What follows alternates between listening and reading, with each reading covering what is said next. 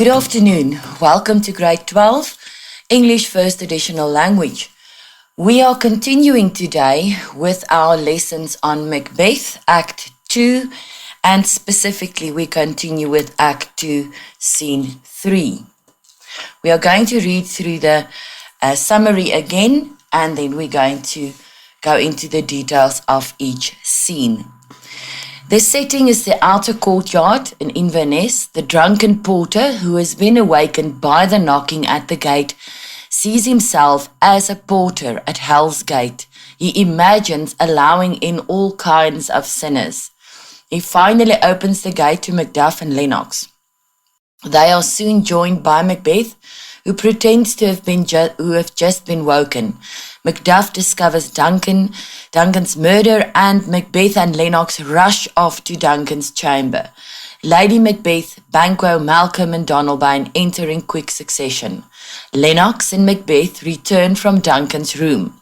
Lennox report that it seems that Duncan's attendants were the murderers, as they and their daggers were covered in blood. Macbeth says he has killed them in an action prompted by both his anger, his loyalty, and his love to Duncan. This action immediately arouses Macduff's suspicion. Lady Macbeth faints, and Malcolm and Donalbain express their fear for their own lives. They decide to flee, Malcolm to England and Donalbain to Ireland. Now, we ended our last lesson when Macduff just discovered Duncan's body, and now he continues speaking, where he says, "Approach the chamber and destroy your sight with a new gorgon. Do not bid me speak, see, and then speak yourselves." So a gorgon is, if you look at the explanation on your screen, Medusa was one of the three gorgons who had live snakes on her head instead of hair. And the sight of her, when you looked at her, it turned you into stone. So he says here, the sight that he just saw, anyone who looks at Duncan's body will be turned to stone because of the dreadful sight. Then Macbeth and Lennox left on their way to Duncan's room, and then while Macbeth and Lennox are hurrying to Duncan's room, Macduff raises the alarm.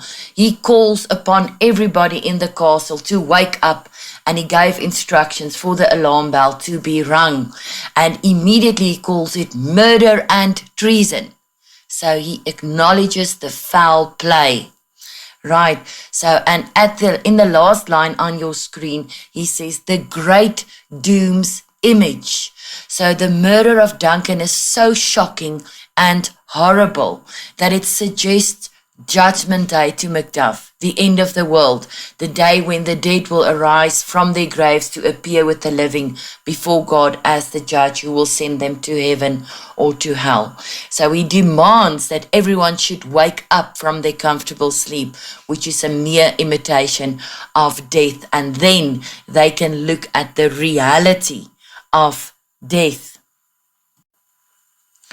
Right, so he's saying, rise from your bed like the dead will rise on Judgment Day, and walk like ghosts to come look at this horrible sight. Ring the bell, and the bell rings, and Lady Macbeth enters.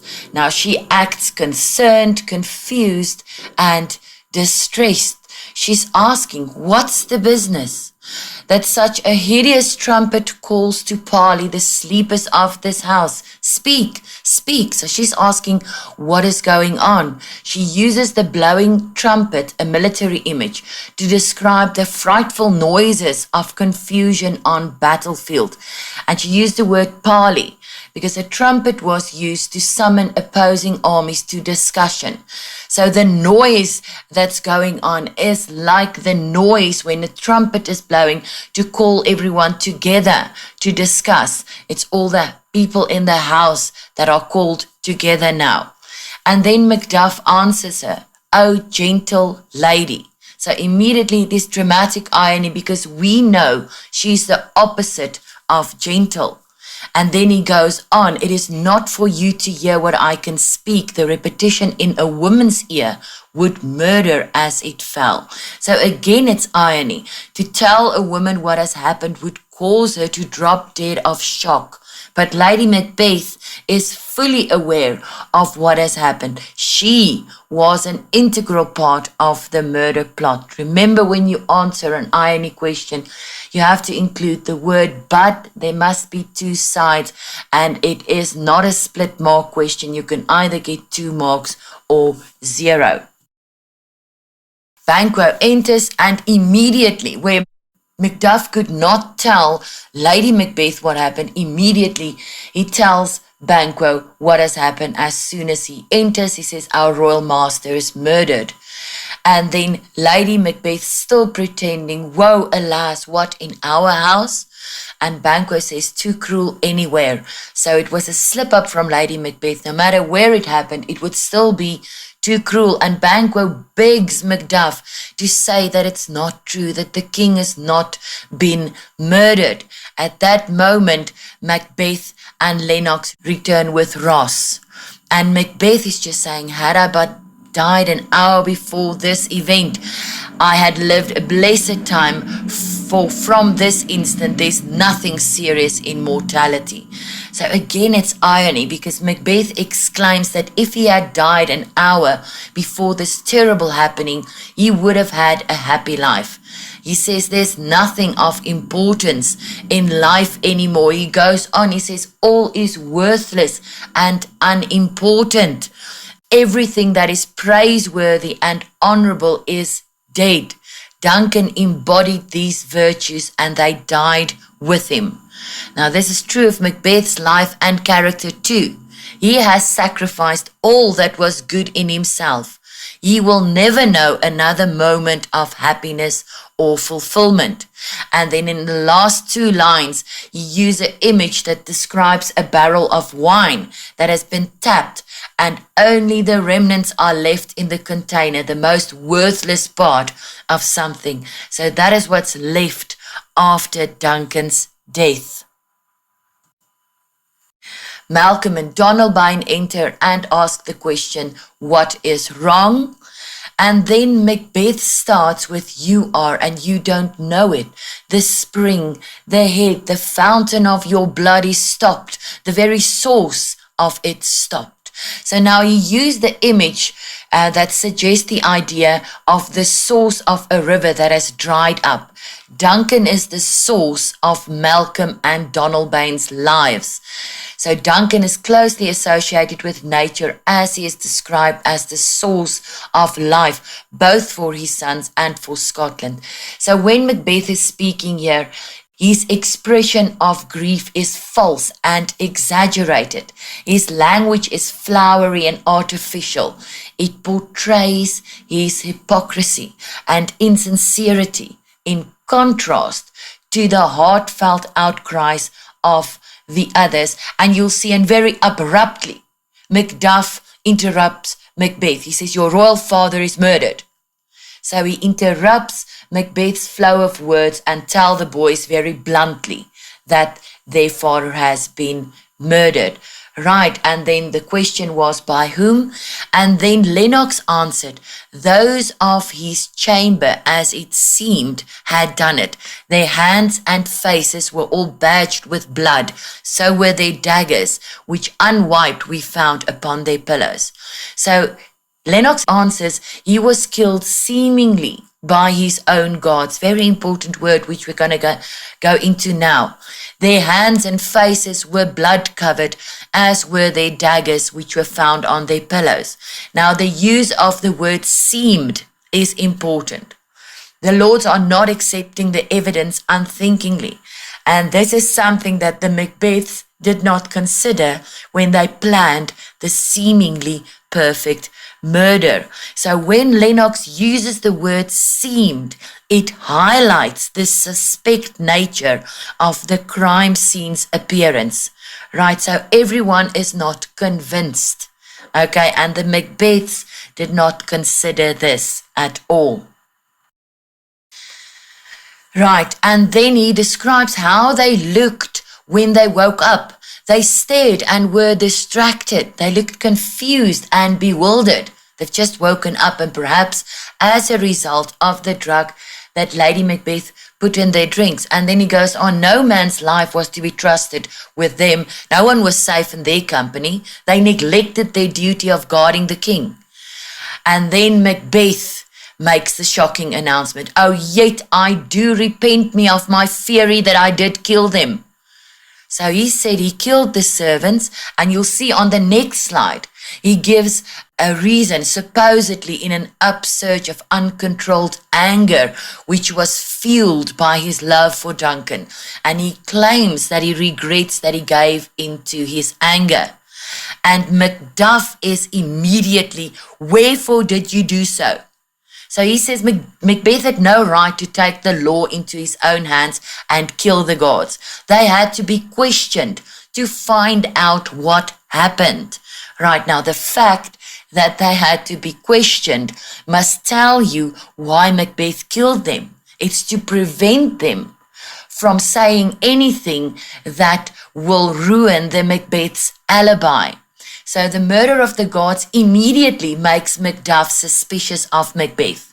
And he asks Macbeth bluntly why he had killed the servants or the gods. And in another speech, the one just after this one, that does not ring true, Macbeth gives a lengthy explanation of his motives to kill the defenseless gods. So now here is the lengthy explanation of Macbeth that does not ring true. He starts with a question. He asks, if anyone who is filled with horror can be wise and bewildered, calm and furious, loyal to his late king, and in control of his feelings at the same time. So he's starting to make excuses for why he killed the gods. He claims that the depth of his love for Duncan overcame his ability to think clearly. He acted before he thought it through. And then he goes on and he says Duncan's wounds looked like a break in the walls of nature's fortress through which death entered and caused destruction. And he says when he got there lay the murderers, their clothes soaked in Duncan's blood. Their daggers were improperly covered in blood to the handles instead of being covered by their cases. And then again he says, how could anyone who loved his king and has the courage to show his affection not take revenge? So at the same time that Macbeth is play acting his grief, his description of Duncan's dead body also shows an agonizing awareness of all the good that he has destroyed. Throughout this speech, Macbeth is obsessed with the blood that he has spilled. But as I said, this explanation does not ring true. And then at that moment, Lady Macbeth fainted. Now, there can be two possible explanations for her fainting. The first one, it is possible that she genuinely faints. She's overcome with anxiety and shock after hearing about the killing of the gods, because this was unplanned. It was not part of their initial plan, and she was unprepared for it. After the night's stressful events, this final shock was too much for her. Secondly, she may pretend to faint, as Macbeth's explanation of why he killed the gods is not ringing true. So she faints to divert the attention from him onto her. She is afraid he will attract suspicion. Those are the two possible reasons for her fainting, and Macduff immediately takes his attention away from Macbeth to her when he says, look to the lady. Now, Malcolm, aside to Donalbain, remember, aside means it's either a side where nobody can hear the character, but in this case, to Donalbain, so it's only Donalbain who can hear what Malcolm is saying. And then he is asking a question, why do we, who are most affected by this death, keep silent? And Donalbain answers him, well, I don't think it's the time for words, as danger may pounce on us from some unknown corner. So they too may be murdered, right? And then he ends off where he says, our tears are not yet brewed. Now brewed, ready to be shed. So it's a suggestion that they realize that the Macbeth's hypocrisy and tears are manufactured. And then Malcolm to Donalbain again, not our strong sorrow upon the foot of motion. So Malcolm agrees that although their sorrow over their father's death is deep and strong, it's not yet ready to show itself. They will express their sorrow later when they are free from danger. Then Banquo continues to say, look to the lady, and Lady Macbeth is carried out. And Banquo continues, and he says, let us dress ourselves quickly and get ready to do our duty as men. Everybody is still dressed in dressing gowns only, and it's cold. So he's being practical. But in the next line where he says, and question this most bloody piece of work to know it further. So we must discuss or investigate the murder to know more about it. But when he says, and question this most bloody piece of work, it expresses his wariness of Macbeth's argument that the Chamberlains were the murderers. So immediately he's also suspicious. He goes on and he puts his trust in God. He puts himself at God's disposal. And he says with God's help, he will fight against this sacrilegious murder. Remember, sacrilegious means crime against God. And he ends off where he says, against the undivulged pretense I fight, where he swears to combat the hidden purpose of the murderer, which he associates not only with treachery, but also with laying claim to the crown. He never seems to make good on these words, though, as he never challenges Macbeth. Very interesting, that last part. And Macbeth continues, Macbeth adds to what Banquo is saying, where he says, they must quickly dress themselves and meet in the hall again, probably to hold an inquiry. Now take note, Malcolm is not proclaimed king as customary. The murder first has to be investigated, and his subsequent flight casts more suspicion on him and Donalbain. Right, so because it happened under this circumstances, he was not proclaimed king as customary immediately. Everybody agreed and everybody left except for Malcolm and Donalbain. And they had a discussion. Malcolm asked, what will you do? Let's not consort with them. So let's not keep company. Let's not talk to them. Let's not join the others. And he's using the word them that shows us that they do not trust anybody at the moment. They know that whoever is behind the murder is aiming at the crown, and that as Malcolm has already been named his father's successor, their lives are in real danger. And he says to show an unfelt sorrow is an office which the false man does easy.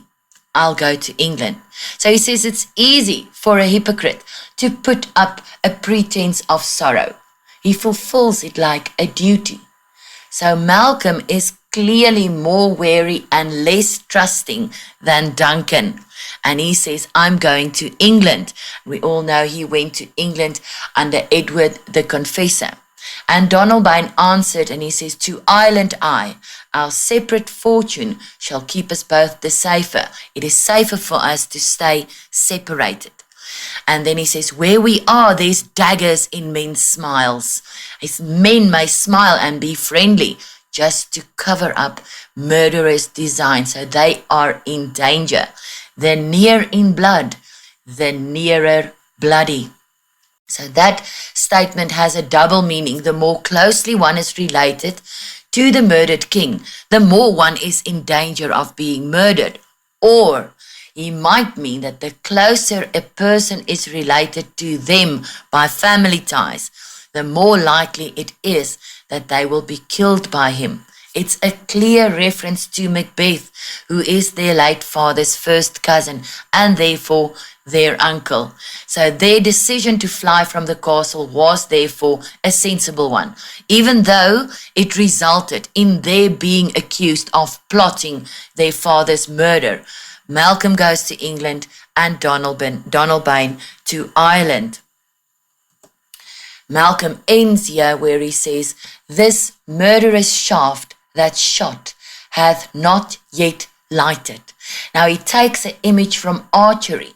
This fatal arrow which has been released and killed Duncan has not yet come back to earth. So the arrow has not yet hit its final target, which is Malcolm and Donalbain. So the murderer has not yet accomplished everything that he has in mind. And he goes on, he says, "Our safest way is to avoid the aim. Therefore, two horse, let our mount our horses, and they should slip away without being polite about saying goodbye to anybody." Right, so they slip away quickly. They know that their father has been murdered for his throne.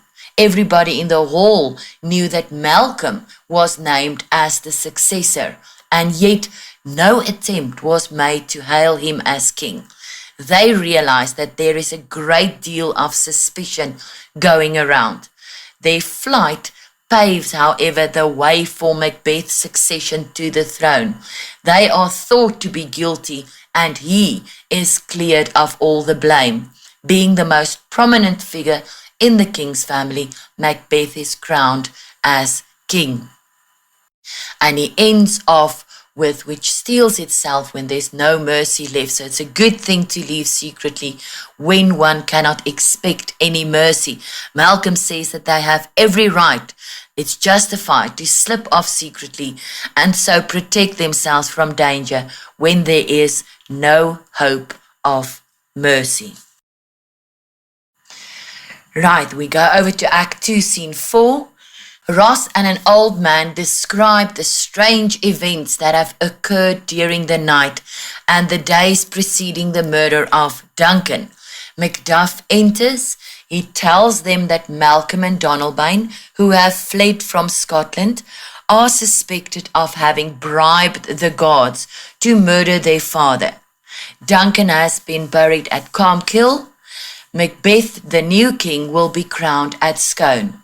Ross sets off to attend the coronation. Macduff, however, being suspicious of Macbeth, refuses to attend the coronation. He rather returns to his home at Five.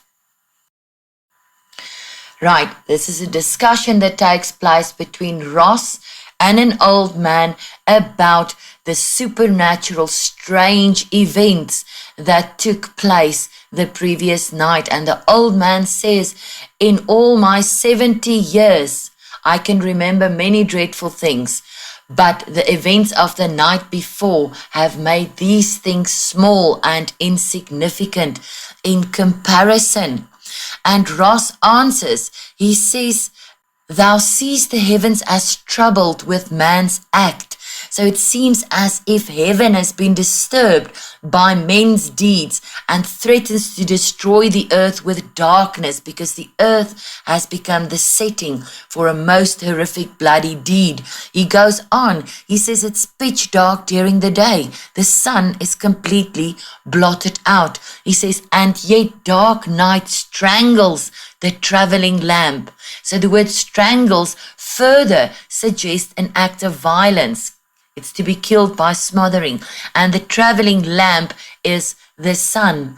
And then his last three lines, he says, the powers of darkness have either triumphed over earth, or else the day is ashamed to reveal what has happened. Now darkness covers the earth when it should be daylight. So here we can see it's a reversal of the natural order. And the old man just continues and he says, it is unnatural. So the events of the nights are unnatural, just like the murder of Duncan is unnatural, even like the deed that is done. And then he goes on, he says, on Tuesday last, a falcon towering in her pride of place was by a mousing owl hawked at and kill. So the disorder in nature is here among the birds. He says, preparing to attack, the falcon circles upwards to reach the highest pitch from where it launches its attack on its victim. And the owl, which normally catches mice, has become hawk-like and has unexpectedly attacked and killed a falcon on the wing. And this is highly unnatural. Again, it symbolized Macbeth's unnatural act of killing Duncan. Then he goes on to the horses and Duncan's horses, a thing most strange and certain. They were beautiful and swift, the minions, the best of their kinds. They turned wild in nature. They broke out of their stalls, flung out. They refused to obey. They defied control. They were rebelling against the obedience they normally show man. It was as if they had declared war against mankind. And then the old man answers, he says, it is said they ate each other. And Ross agrees. He says, when the old man adds that the horses ate each other, Ross confirms it, saying he saw it with his own eyes. Again, this unnatural act symbolizes Macbeth's unnatural act of killing the king. And then Ross ends with, here comes the good Macduff. So Macduff is associated with goodness, and this is appropriate as he will ultimately be the one to put an end to Macbeth's evil reign. Ross asks, how goes the world, sir, now? So his question leads to a discussion of the current political climate in Scotland, and the political scene is one of fear, danger, and suspicion. Macduff answers him, why see you not? Is it not obvious? He refers to the bad weather, which is an indication of the disorder in the human world. And then Ross goes on, is it known who did this more than bloody deed? Who's responsible for the killing? And then Macduff, those that Macbeth hath slain. It's the attendants. Macduff obviously does not believe this version. And then Ross, alas the day, what good could they pretend? What advantage to themselves could they hope for? And then Macduff says, well, they were bribed to kill Duncan, apparently by his sons, because Malcolm and Donalbain, the king's two sons, have fled the country, and they are now suspected of having bribed the gods to kill their father. Now, killing your father, we called patricide. Remember that. Patricide is the killing of one's father. And this paved the way for Macbeth to become king and to avoid suspicion. No earthly consequences for him. He's no longer suspected. Nobody is looking into it because according to them, the two boys are responsible for the murder. And then Ross goes on, he says, it's highly unnatural for children to murder their father. And then he talks about thriftless ambition that will raven up thine own life's means. He says your life will be ruined by uncontrolled and destructive ambition. And it refers to the supposed ambition of the princes, which led them to kill their father, the source of their lives. Right, and then he continues, it is more like the sovereignty will fall upon Macbeth. So Macbeth will become king as he is next in line in the royal family. Macduff answers, well, he's already named, gone to Scone to be invested. He's already been chosen as the new king. He's on his way to Scone to be crowned. It's the place where all Scottish kings were crowned. And then Ross asked where's Duncan's body, and he was carried to Carmkill. It's a small island where Scottish kings were buried. He will be placed in a tomb or a burial place of all the deceased Scottish kings. Ross asks a very important question to Macduff, are you going to attend the coronation? And Macduff bluntly says, no, cousin. So he will not attend the coronation because he suspects foul play. He shows by his absence that he does not support Macbeth as king, and is not willing to pledge his loyalty at the coronation. He says, I'll go to Fife. It's a district in Scotland where Macduff's own castle was, so he will return home instead of attending to Macbeth's coronation. Ross answers him that he will go to Scone to attend the coronation. And then Macduff says, well, may you see things well done there, lest our old robes sit easier than our new. So we have had clothing images earlier in the play, and here's another example. The robes in which Macbeth will be crowned do not belong to him. In other words, he's not supposed to be king. That is what this means, the clothing image. The robes does not belong to him. The title of king that he will receive does not belong to him.